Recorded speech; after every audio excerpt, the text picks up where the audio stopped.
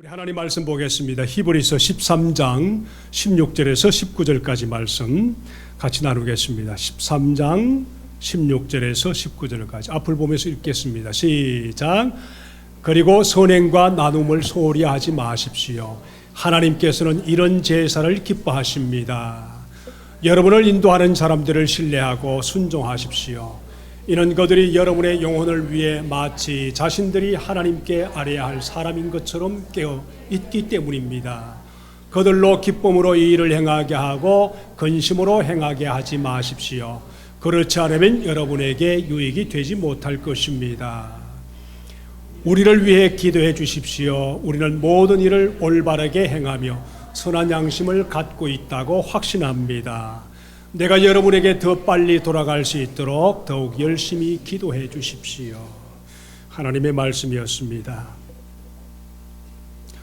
우리가 하나님 앞에 부름받아서 예배를 드리고 있다, 하나님의 자녀가 되어 있다 하는 것은 참 조금만 생각하면 기가 찬 놀라운 은혜입니다. 하나님께서 우리를 부르시면서 주님 앞에 하나님의 놀라운 거듭난 자녀로 세상에 살고 있다는 것은 대단한 놀라운 주의 은혜와 사랑입니다. 이것을 이 땅에서는 깊이 깨닫지 못하지만 아마 천국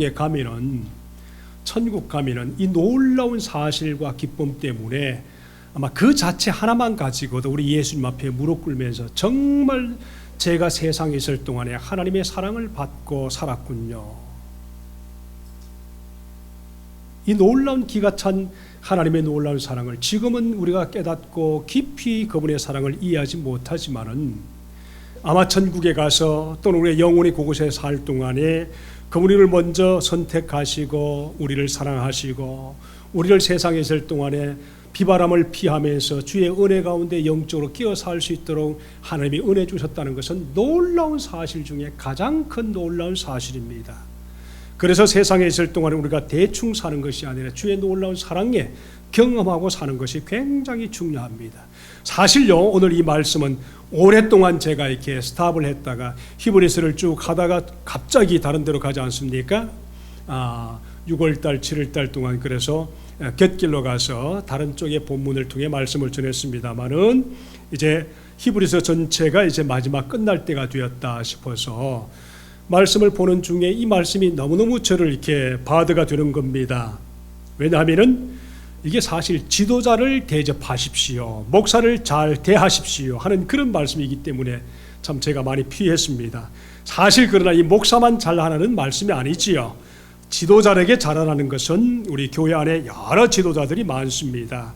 지도자들에게 잘하십시오. 이 말은 모두가 우리 크리스찬이면 주님 안에서 교회 안에서 잘 하십시오 그 말입니다. 하나님의 명령이기도 하고요. 자, 이런 말씀을 전할 때는 하나님의 말씀인데도 불구하고 이 조금만 잘못 전하면 오해를 받기도 하고 또 요즘 젊은이들에게 조금만 잘못하면 시험 들기도 하고 하는 그런 말씀이지 않습니까? 저도 사실 예수를 처음 영접하고 3, 4년 전에 교회 가니까 목사를 잘 섬기십시오, 지도자를 잘 섬기십시오 하는 말에 별로 이게 은혜가 되지 않았습니다. 왜 하필 목사만 잘 섬겨야 되는가? 그 수많은 성도들도 있고 장로님들도 계시고 집사님들도 계시고 그런데 왜 하필 목사만 잘 섬기라고 자꾸 그러는가? 그래서 별로 이렇게 감이 좋지 않았는데 그러나 하나님께서 우리에게 주신 말씀이기 때문에 그것을 잘 보면서 이해하고 넘어가는 것이 정말 중요하겠다.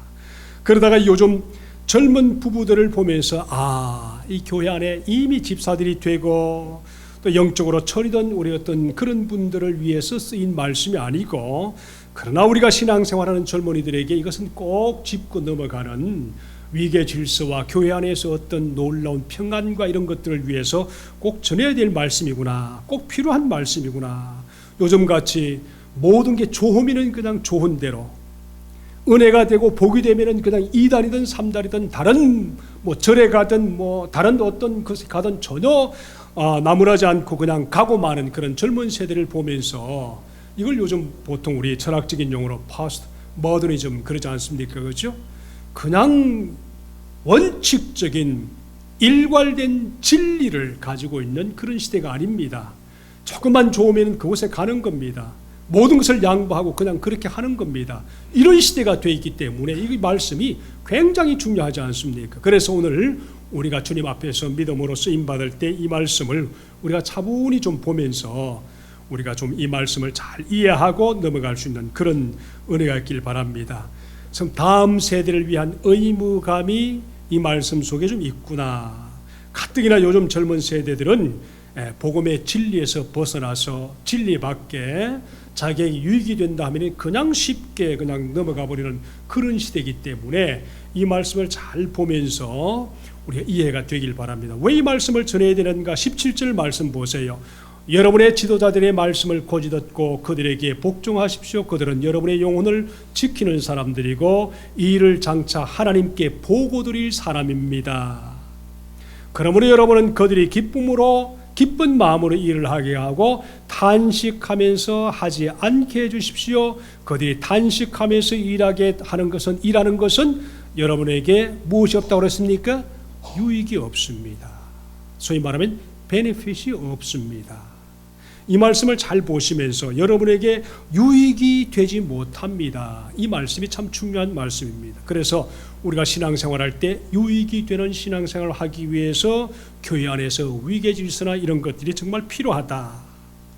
자, 여기서 지도자라고 하는 것은 1차적으로 복음을 전하는, 말씀을 전하는 사람들을 얘기합니다만은, 그러나 목회자들이고 평신도고 관계없이 교회 집사들이나 또는 교회 안에 여러 교사들과 또 많이 봉사하는 모두가 정말 그들이 기쁨으로 일할 수 있도록 도와주는 역할을 하는 것이 우리가 해야 할 신앙생활이다. 그래서 가만히 보세요. 이런 기본적인 마음의 바탕이 되어 있지 않고 교회 와서 조금만 잘못된 것을 보고 조금만 또 나쁜 것을 보면 참지 못하고 견디지 못해서 끊임없이 계속 투쟁하는 그런 분들이 있습니다. 그래서 교회가 오히려 지옥 같은 그런 분들이 있습니다. 왜 내 마음대로 안 될까? 왜 교회가 내 마음대로 안 될까? 왜 속상하게 할까? 그래서 교회라는 것은 그냥 잘못 들으면 예수 그리스도 영접되지 않고 거듭나지 않은 상태에서 교회의 잘못된 것을 보면서 자꾸 교회에서 투쟁하다 보면 교회 자체가 지옥입니다. 그런 경우가 너무 많거든요. 그래서 그런 분들은 예수 믿으면서도 겸손과 순종과 온유가 있는 것이 아니고 그런 분들에겐 오히려 신앙생활을 하면서 그 성격이 더 악해질 수가 있습니다. 참 이런 분들이 많거든요.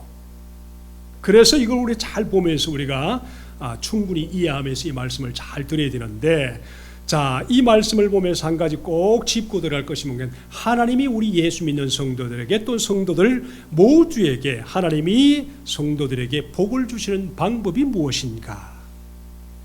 여기서 복이라고 하면은 돈 많이 벌고 뭐 잘 살고 이런 것이 아닙니다. 복은 한 가지 개념이 아닙니다. 영적으로 육적으로 저들의 삶의 모든 필요를 함께 나누면서 우리가 남을 도와주고 사는 영적으로 거듭난 삶을 우리 복이라고 하는데, 하나님이 이스라엘 백성들에게 또 신약의 성도들에게 하나님이 어떻게 복을 주시는가, 그 복을 주시는 방법이 무엇인가.